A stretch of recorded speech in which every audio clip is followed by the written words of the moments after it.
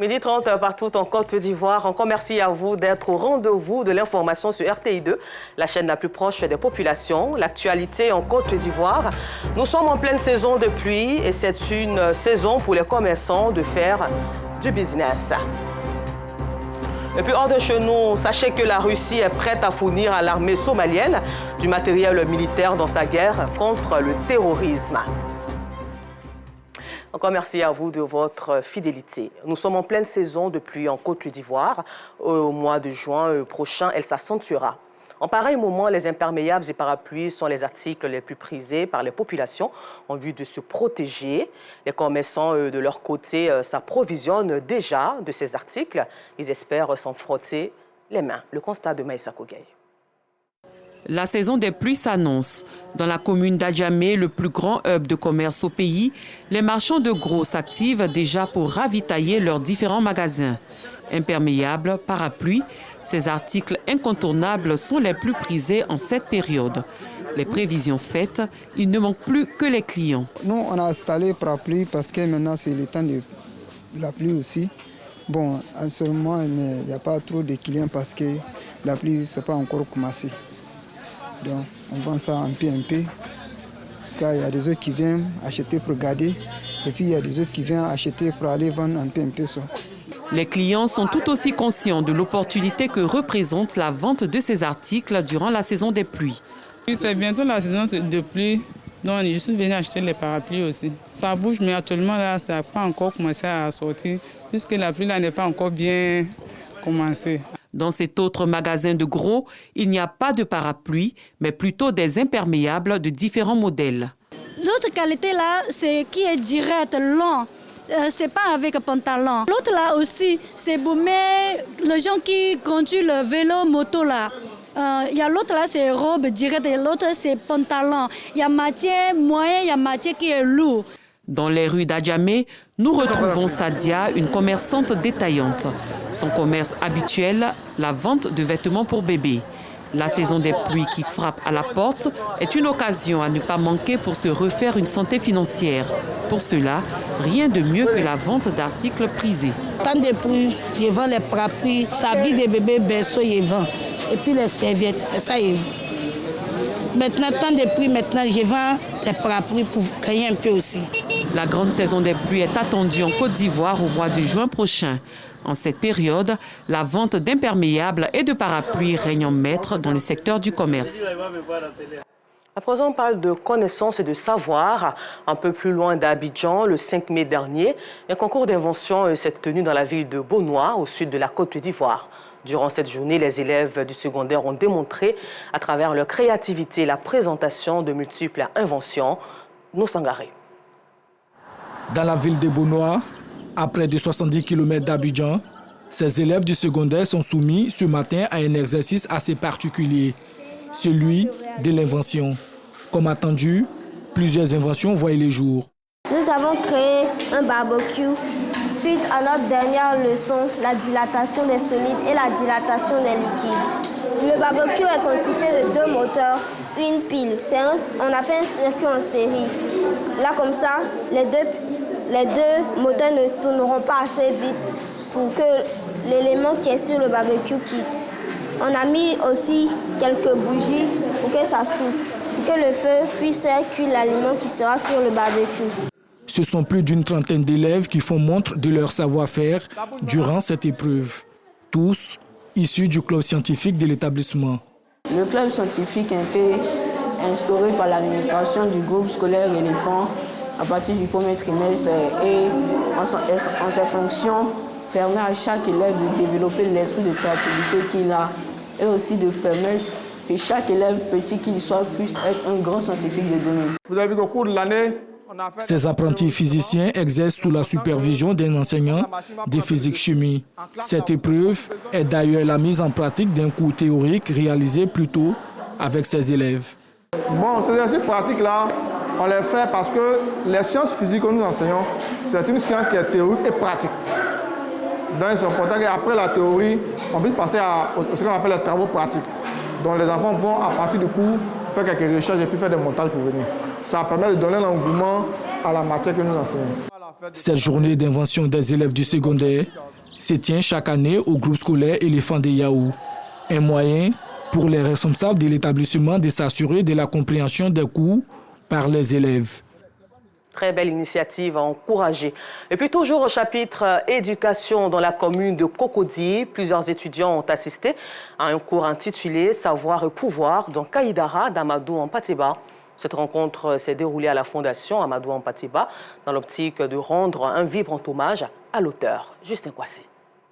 Le jardin de la Fondation Amadou Hampateba est pris d'assaut par les étudiants de la licence 3 en philosophie à l'université Félix Houphouët-Boigny d'Abidjan-Cocody. Ce matin, ils sont nombreux à prendre part à un cours magistral intitulé « Savoir et pouvoir » dans Kaïdara et éclat de grande étoile d'Amadou Hampateba. Pour le professeur Kwadio Kofi, le choix de ce lieu n'est pas fortuit. En venant ici aujourd'hui, c'est un pèlerinage avec les étudiants et ça permet aux étudiants d'implémenter le savoir reçu.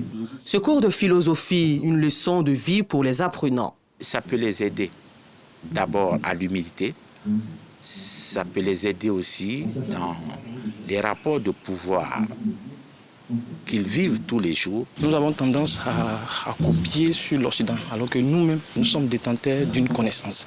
Et cette connaissance, nous pensons qu'avec Amadou Hampateba, dans ses différents livres, nous en trouvons. Avant d'acquérir le pouvoir, il a été patient, il a été sage. Et en tant que jeune de maintenant, la sagesse, la patience, ce n'est plus à notre niveau. Donc vraiment, ça m'apporte beaucoup de choses. Selon la directrice de la Fondation, cette initiative est un hommage rendu à l'auteur. Je suis triplement touchée. La première motivation, c'est que la vocation de la Fondation, c'est de donner vie, de revivifier, de transmettre tout ce patrimoine que Amadou Hampateba lègue à sa postérité, à l'Afrique et au monde. Située au quartier d'Anga, dans la commune de Cocody, la Fondation Amadou Hampateba a pour objectif de conserver, transmettre et promouvoir les œuvres d'Amadou Hampateba. Dans un autre registre, dans la région du Hambol, le kilogramme de l'anacarde ne contenant aucun corps étranger est fixé à 315 francs CFA au titre de l'année 2023. Ce prix est accueilli dans la joie par les producteurs de la région du Hambol et de courte durée. Depuis mi-avril, les acheteurs véreux font la loi. Le kilogramme de l'anacarde se négocie à 150 francs CFA. Du coup, les producteurs refusent de céder leur production à ce prix. Pour trouver donc une solution, le Conseil du coton et de l'anacarde a initié sur l'ensemble de ces zones de production la vente groupée, une opération qui oblige donc les acheteurs à respecter le prix officiel pour le bonheur des paysans. Soro Corona a participé à cette vente groupée. Pour la campagne de commercialisation 2023, le kilogramme de l'anacarde bien séché, bien trié, ne comportant aucun corps étranger, se négocie à 315 francs contre 310 francs l'année dernière, soit une hausse de 10 francs. Un prix accueilli dans la joie par les producteurs. Cependant, cette joie sera de courte durée. Depuis mi-avril, les acheteurs véreux font la loi. Face à cette situation, les producteurs refusent de céder leur production à des prix dérisoires. C'est le cas de François Thuot, qui a plus de 2 tonnes de noix de cajou dans son salon. Les acheteurs qui viennent à les prix, ça ne nous arrange pas. Bon, quand quelqu'un vient et nous propose 200, 250, vraiment, ce n'est pas arrangeable. On préfère le prix de 315 francs du gouvernement. Nous demandons au Conseil coton anacarde, qui sont nos formateurs, vraiment de trouver des acheteurs pour nous, afin que nos produits soient évacués. François n'est pas le seul dans ce cas. Les gens viennent prendre l'anacarde à 150 francs. Ça ne nous arrange pas. Parce que nous, on veut le prix du gouvernement. C'est à cause de ça qu'on a laissé l'anacarde dans les maisons. Donc on veut que les gens viennent payer au prix du gouvernement. Ce cri de cœur des paysans est entendu par le gouvernement à travers le Conseil du coton et de l'anacarde. Des équipes sillonnent les villages afin de faire respecter le prix officiel à travers des ventes groupées. Le directeur général du CCA a initié cette opération pour venir oxygéner un peu la commercialisation, pour venir satisfaire nos parents producteurs. Une action qui soulage les producteurs des régions du Béré et du Hambol. Au niveau du prix 315 francs, c'est un soulagement pour nous. Sinon, vraiment, on était beaucoup inquiets. Aujourd'hui, on est content, on préfère que ça continue comme ça.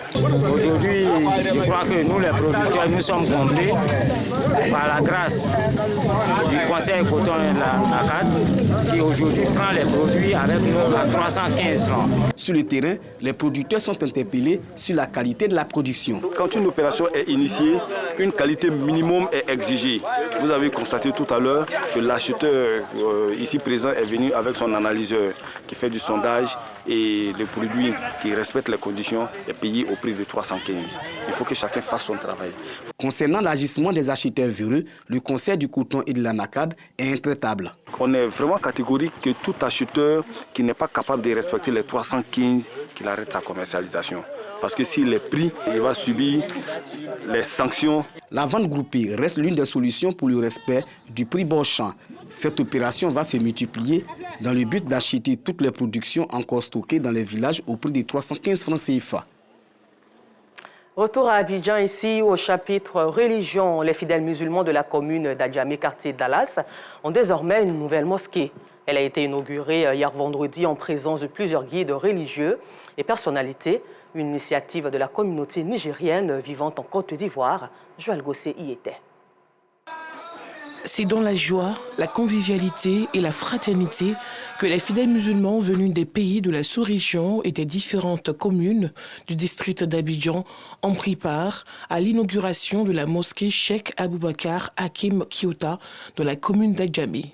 C'est une mosquée qui s'inscrit dans la ligne droite des devoirs et droits de la communauté musulmane dans le but de renforcer les liens entre les communautés, dans le but aussi de renforcer les liens de vivre ensemble qui ont été toujours prônés en Côte d'Ivoire entre les communautés. C'est une joie immense. C'est une première à féliciter, à encourager et à exhorter envers la communauté nigérienne vivant à l'extérieur. Pas seulement en Côte d'Ivoire, on peut dire au Togo, Ghana, États-Unis, partout dans le monde. Élus, cadres et autorités coutumières n'ont pas manqué de saluer l'initiative. Bâtir un édifice pour Dieu, c'est toujours une fierté. Nous sommes très heureux d'avoir cet édifice dans le village. Cette inauguration a été un moyen pour les hommes de Dieu et les fidèles d'effectuer la première prière du vendredi dans ce nouveau lieu de culte. Pour l'occasion, le guide suprême de la communauté musulmane, Cheikh Aïma Ousmane Diakité, président du Conseil supérieur des imams des mosquées et des affaires islamiques COSIM, a exhorté les fidèles à l'union et au vivre ensemble. Quand tu rentres dans la mosquée, tel que tu laisses tes chaussures, c'est comme ça que tu dois laisser tes titres. Tu dois laisser ta richesse, tu dois laisser ta nationalité, tu dois laisser ta position sociale. Quand on rentre dans la mosquée, quand on vient regarder comme ça, on ne peut pas distinguer qui est tel, qui est tel. On va dire, voilà les musulmans. Cet édifice religieux accueillera plus de 200 fidèles. Construite sur une superficie de 400 mètres carrés, la mosquée Cheikh Aboubakar Hakim Kiota est composée de 6 salles de classe et une salle de conférence. Séoul, la capitale sud-coréenne, a abrité dans la première semaine du mois de mai la cérémonie marquant la célébration du 80e anniversaire du docteur Ak Jan-han-moon, cofondatrice de la Fédération pour la paix universelle, FPU, œuvrant pour la paix dans le monde. Une nouvelle occasion pour les participants de débattre des questions de paix, et c'était en marge du sommet mondial pour la paix édition 2023 en présence de Maïssa Kogaï. Plusieurs personnalités du monde entier se sont réunies à Séoul, en Corée du Sud, du 3 au 6 mai 2023 pour débattre de questions liées à l'établissement d'une paix durable dans le monde. Une occasion mise à profit pour marquer le 80e anniversaire de l'initiatrice de cette rencontre, le Dr Ak Jan-han-moon, cofondatrice de la Fédération pour la paix universelle. Fait majeur de cette célébration, la coupure du gâteau en l'honneur du Dr Moon et une cérémonie d'inauguration du nouveau temple Cheongwon-gung, imaginé par feu le révérend San Myung-moon comme, je cite, « une patrie pour le monde et la ville natale du cœur de tous les peuples ». Pour rappel, lors du sommet pour la paix 2023, experts internationaux, chefs d'État, premières dames, parlementaires, chefs religieux, membres des médias, universitaires et chefs d'entreprise ont dénoncé avec passion les souffrances humaines et les conflits qu'ils observent dans leur pays ou autour d'eux. Ils ont également insisté sur le fait qu'avec une plus grande détermination, une meilleure coopération et des valeurs partagées, ils peuvent apporter de nouveaux niveaux de paix. Et pour terminer, hors de chez nous, la Russie dit être prête plutôt à fournir à l'armée somalienne du matériel militaire dans sa guerre contre le terrorisme. Encore merci à vous et bonne suite au programme sur RTI2, la chaîne la plus proche